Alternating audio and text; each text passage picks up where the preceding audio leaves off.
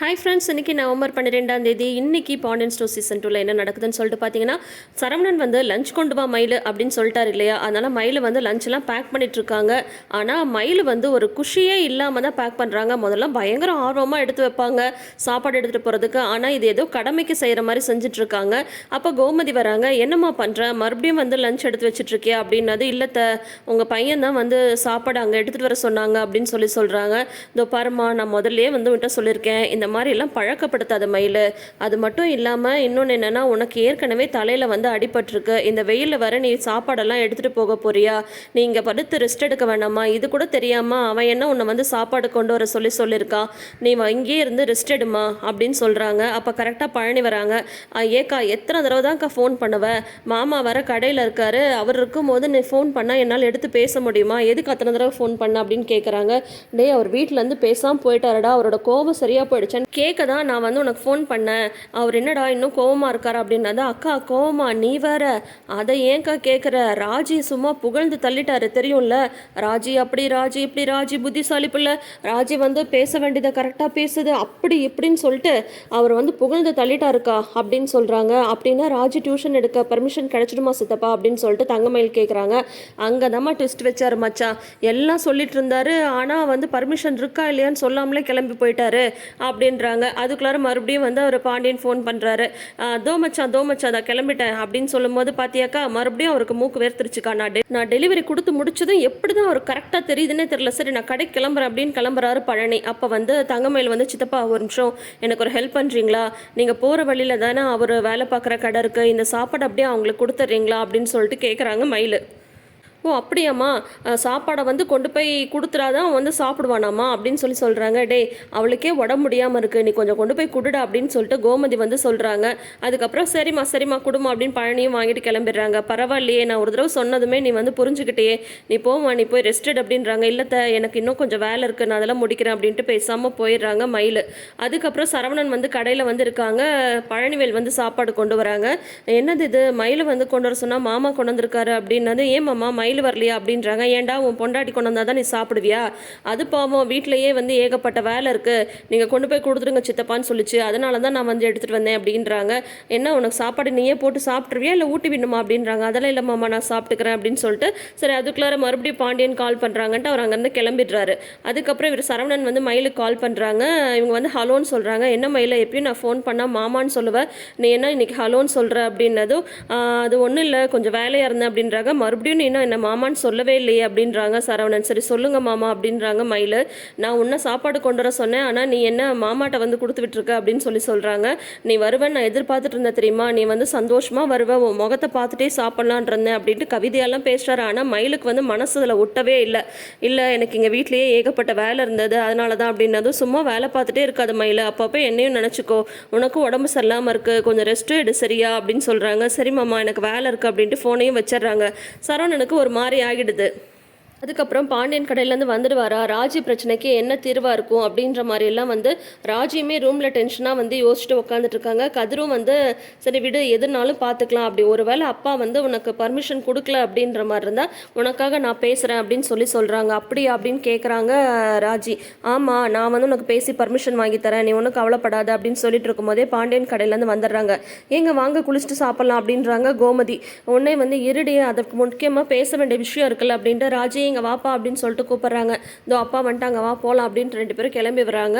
அப்போ வந்து ராஜி வந்து, மாமா ஒரு விஷயம் அப்படின்னதோ, என்னப்பா அப்படின்றாங்க. இல்லை மாமா, என்னை மன்னிச்சிடுங்க அப்படின்றாங்க. எதுக்குப்பா, நீ வந்து பேசினதுக்கு வந்து மன்னிப்பு கேட்குறியா? அதெல்லாம் ஒன்றும் இல்லைப்பா, நீ வந்து சொன்னது எல்லாமே கரெக்டான ஒரு விஷயம் தானே. நீ சொன்னது பொண்ணுங்க சொந்த காலில் நிற்கணும்னு சொன்னது, தைரியமாக இருக்கணும்னு சொன்னது எல்லாமே வந்து நல்ல விஷயம்ப்பா. அதனால் மாமா வந்து நான் யோசித்து ஒரு நல்ல முடிவாக எடுக்க போகிறேன் அப்படின்னு சொல்லிட்டாங்க. என்னன்னு சொல்லிட்டு எல்லாரும் ஆர்வமாக பார்த்துட்டு இருக்காங்க. மாமா வந்து பர்மிஷன் கொடுத்துட்டேன்ப்பா, நீ வந்து டியூஷன் எடுத்துக்கோ, நீ விருப்பப்பட்ட மாதிரியே நீ உன் சொந்த காலில் நிற்கணும்னு ஆசைப்பட்றல, அதை சந்தோஷமாக தைரியமாக செய்யப்பா அப்படின்றாங்க. ரொம்ப ரொம்ப தேங்க்ஸ் மாமா அப்படின்றாங்க. எல்லாருக்கும் ஒரு ஆச்சரியம். கோமதி வந்து பக்கத்தில் இருக்கிற பழனியை கிள்ளியெல்லாம் பார்க்குறாங்க. எங்க நீங்களும் அங்கே பெர்மிஷன் கொடுத்தது அப்படின்னு சொல்லிட்டு கேட்குறாங்க. ஆமாம், நான் தான் சொன்னேன், அது வந்து நல்லதாக தானே கேட்குது, நல்ல விஷயத்தை தானே கேட்டிருக்கு, அப்போ பெர்மிஷன் கொடுக்கறதுல தப்பில்லைல்ல அப்படின்னு சொல்லிட்டு பாண்டியன் வந்து சொல்கிறாங்க. அப்புறம்ப்பா, நீ வந்து டியூஷன் எடுக்கிறது, நீ சம்பாதிக்கிறது எல்லாமே மாமாவுக்கு ஓகே தான், சந்தோஷம்தான். ஆனால் இன்னொரு விஷயமும் நான் வந்து சொல்லிக்கிறேன், படிப்புன்றது ரொம்ப ரொம்ப முக்கியம்ப்பா, புரியுதா? அதனால் நீ வந்து எந்த காரணத்துக்காகவும் படிப்பில் வந்து விட்டுறக்கூடாது. நீ எடுத்துருக்கிற இந்த படிப்பை வந்து படிக்கிற வரைக்கும் நீ வந்து இந்த டியூஷன் எடு. அதுக்கப்புறம் நம்ம மீனா மாதிரி ஒரு நல்ல கவர்மெண்ட் வேலையாக பார்த்து நீ வந்து போயிடணும், புரியுதா? அப்புறம் வந்து டியூஷனே எடுத்துகிட்டு இருக்கேன் அப்படின்லாம் நீ வந்து சொல்லக்கூடாதுப்பா, அதையும் ஞாபகம் வச்சுக்கோ. அதே மாதிரி இப்போ டியூஷன் எடுக்க போகிற அப்படின்னு சொல்லிட்டு லேட்டாக வந்து போகிறது, தூரமாக இருக்கிற வீட்டுக்கு போய் டியூஷன் எடுக்கிறது, அதெல்லாம் எதுவுமே இருக்கக்கூடாதுப்பா. காலகாலத்துக்கு வீட்டுக்கு வந்து சேர்ந்துடணும், லேட்டாலாம் வரக்கூடாது அப்படின்றாங்க. இல்லை மாமா, அந்த ஒரு வீட்டுக்கு மட்டும்தான் நான் டியூஷன் எடுக்க போகிறேன் அப்படின்னு சொல்கிறாங்க.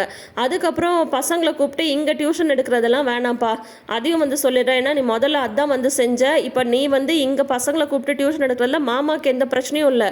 ஆனால் எதிர்த்தாப்புல இருக்காங்களே உங்கள் அப்பாவும் சித்தப்பாவும் மறுபடியும் அதை வச்சு ஏதாவது ஒரு பிரச்சனை பண்ணுவாங்க. அதனால் வீட்டுக்கு வந்து பசங்க படிக்கிறதெல்லாம் வேண்டாம் அப்படின்னு சொல்லிட்டு அவர் நினைக்கிறது எல்லாமே கரெக்டாக சொல்லிட்டுருக்காரு.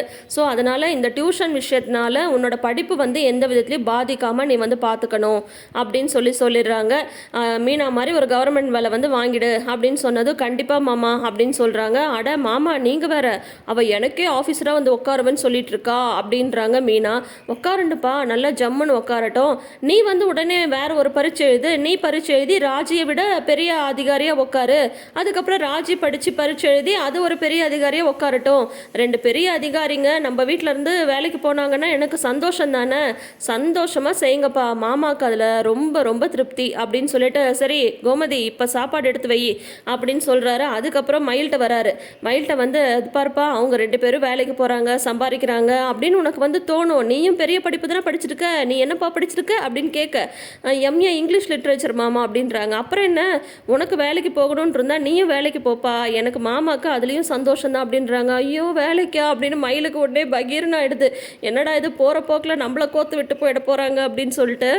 இப்போ பார்த்தா ராஜி வந்து அப்படியே வெற்றி கழிப்பில் வந்து சேரில் வந்து உட்காந்துட்டு இருக்காங்க. வெளியிலேருந்து பார்த்துட்டு இருக்காரு கதிர். பார்த்தா அப்படியே கால் மேலே கால் போட்டு உட்காந்துட்டு, சாதிச்சிட்ட ராஜி, நீ எவ்வளோ பெரிய ஆள், எப்படி மாமாட்டையே பெர்மிஷன் வாங்கிட்ட அப்படின்லாம் சொல்லிட்டு இருக்காரு. உடனே கதிர் வந்து வராங்க. என்ன மேடம் அப்படின்னு சொல்லி கேட்குறாங்க. உடனே வந்து ராஜி வந்து சொல்கிறாங்க, உனக்கு ஏதாவது மாமாட்ட வேலையெல்லாம் ஆகணும்னா சொல்லு, நான் கேட்டு பெர்மிஷன் வாங்கி தரேன் அப்படின்றாங்க. முதல்ல கையை கொடு அப்படின்றாங்க. எதுக்கு அப்படின்னா, வாழ்த்துக்கள், எப்படியோ நீ நினச்சது வந்து சாதிச்சிட்டல, உன்கிட்ட நான் ஒரு விஷயத்த வந்து சொல்லணும். ஆனால் உண்மையிலேயே நீ சூப்பர் தான் ராஜி, நான் கூட நீ வந்து விளையாட்டாக இருப்பியே, இப்படியே விளையாட்டுத்தனமாகவே இருந்துடுவியோ அப்படின்னு யோசித்தேன். ஆனால் உனக்கு ஒரு விஷயம் வேணும்னா அதை நீ தான் பேசி வாங்கணும்னு முடிவெடுத்த பார்த்தியா. அம்மா பேசி பர்மிஷன் வாங்கி கொடுத்துருந்தா கூட எனக்கு இவ்வளோ சந்தோஷமாக இருக்காது. ஆனால் உனக்கு வேணுங்கிற விஷயத்த அடம் பிடிச்சி நீயே செஞ்சுக்கிட்ட பார்த்தியா. அதை நினைக்கும் போது உண்மையிலேயே எனக்கு வந்து ரொம்ப ரொம்ப சந்தோஷமாக இருக்குது. நீ இப்படியே இரு, எப்பயும் வந்து மாறிடாத, இப்படியே தைரியமாக உனக்கு என்ன வேணுமோ அதை வந்து சொல்லு.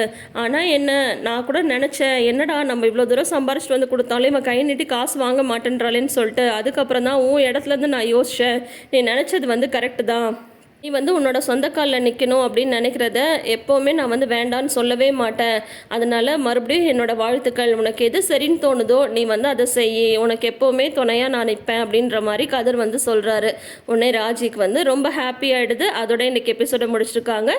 தொடர்ந்து அப்டேட்ஸ்க்கு நம்ம சேனலை சப்ஸ்கிரைப் பண்ணிக்கோங்க. நோட்டிஃபிகேஷன் பெல் ஐக்கானில் ஆல் சிம்பிள் கிளிக் பண்ணிக்கோங்க. தேங்க்யூ.